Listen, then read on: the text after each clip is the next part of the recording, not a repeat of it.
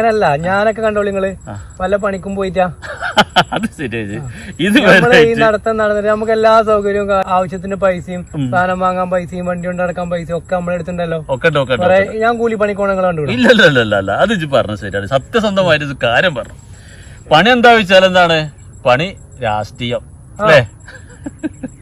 രാഷ്ട്രീയക്കാർക്ക് പൈസ ഉണ്ട്, അത് ഇത് പറഞ്ഞ കറക്റ്റാണ്. ഓൽക്ക് ഈ വില വർധന്റെ പ്രശ്നമല്ല, പൈസ എവിടുന്ന വരുന്ന കുഴപ്പമില്ല. ഏത് വാർപ്പിന്റെ വീട്, AC, കാറ്. പണി എന്താ ചോദിച്ചാ ഞാൻ രാഷ്ട്രീയ പ്രവർത്തകനെ. പണ്ടത്തെ കാലത്ത് അങ്ങനൊന്നും അല്ലേ കേട്ടോ രാഷ്ട്രീയം. വയ്യ ഇവരൊക്കെ വേണ്ടിട്ട് വയ്യ. ഓലെന്ന് വെച്ചാല് ഇതേമാതിരി സാധാരണക്കാരനൊക്കെ കൂലിപ്പണിക്കും പോവും. സാധാരണ പണിയൊക്കെ എടുത്ത് അവർക്ക് എല്ലാ സമയത്ത് ആളുകളൊക്കെ വേണ്ടുന്ന സഹകരണങ്ങളൊക്കെ ചെയ്തു കൊടുത്ത് ഓലെ കുട്ടീൻ്റെ കല്യാണത്തിനുണ്ടെങ്കിൽ എല്ലാവരും സഹായിക്കണേ. കാരണം ഓരോരുത്ത് പൈസ ഉണ്ടാവില്ല. അങ്ങനത്തെ രാഷ്ട്രീയക്കാരായിരുന്നു പണ്ടത്തെ നേതാക്കന്മാർ. ഓരെന്താക്കുക ദീർഘവീക്ഷണത്തോടു കൂടി ഒരുപാട് കാഴ്ചപ്പാടോടു കൂടി നമ്മളെ കേരളം